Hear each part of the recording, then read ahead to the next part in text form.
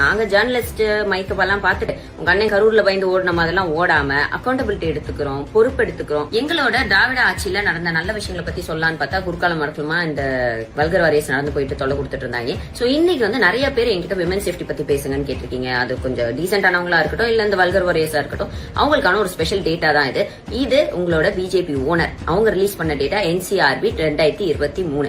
இந்த டேட்டா படி தமிழ்நாட்டோட கிரைம் ரேட் மொத்தமா 23.2 தான் இருக்கு பர் லேக் பாப்புலேஷன். அதாவது 1 லட்சம் பேருக்கு 23.2 ரெக்கார்டா இருக்கு. இதே உங்க ஓனர் பிஜேபி ஆள்ற ராஜஸ்தான்ல வந்து 118.8, ஹரியானால 110.3, அப்புறம் மும்பைல கூட 76.8 இவ்வளவுலாம் ரெக்கார்ட் ஆயிருக்கு. சோ ஆக மொத்தம் இது தப்பு தான். இந்த கிரைம் ரேட் ரெக்கார்ட் ஆகுறதே தப்பு தான். அதுக்காக இந்த அரசு கண்டிப்பா முயற்சி எடுத்துட்டு இருக்கு. நாங்க ஜேர்னலிஸ்ட் மைக்கப்பெல்லாம் பார்த்துட்டு உங்க அண்ணன் கரூர்ல பயந்து ஓடணும் அதெல்லாம் ஓடாம அக்கௌண்டபிலிட்டி எடுத்துக்கிறோம், பொறுப்பு எடுத்துக்கிறோம்.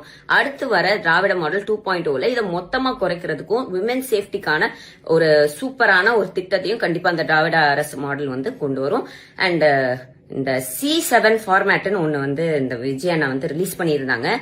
அதை பார்த்த உடனே எல்லாரும் முரட்டு முட்டா ஃபயர் கொடுத்துட்டு இருந்தாங்க. எப்பா சாமி, அது எலெக்ஷன் கமிஷன் ஆஃப் இந்தியாவோட ரூல்ஸ். எல்லாரும் ரிலீஸ் பண்ணணும், அவங்களோட கட்சி வெப்சைட்ல பண்ணணும். இதுக்கெல்லாம் முரட்டு முட்டா ஃபயர் எல்லாம் கொடுத்துக்கிட்டு இருக்கீங்க.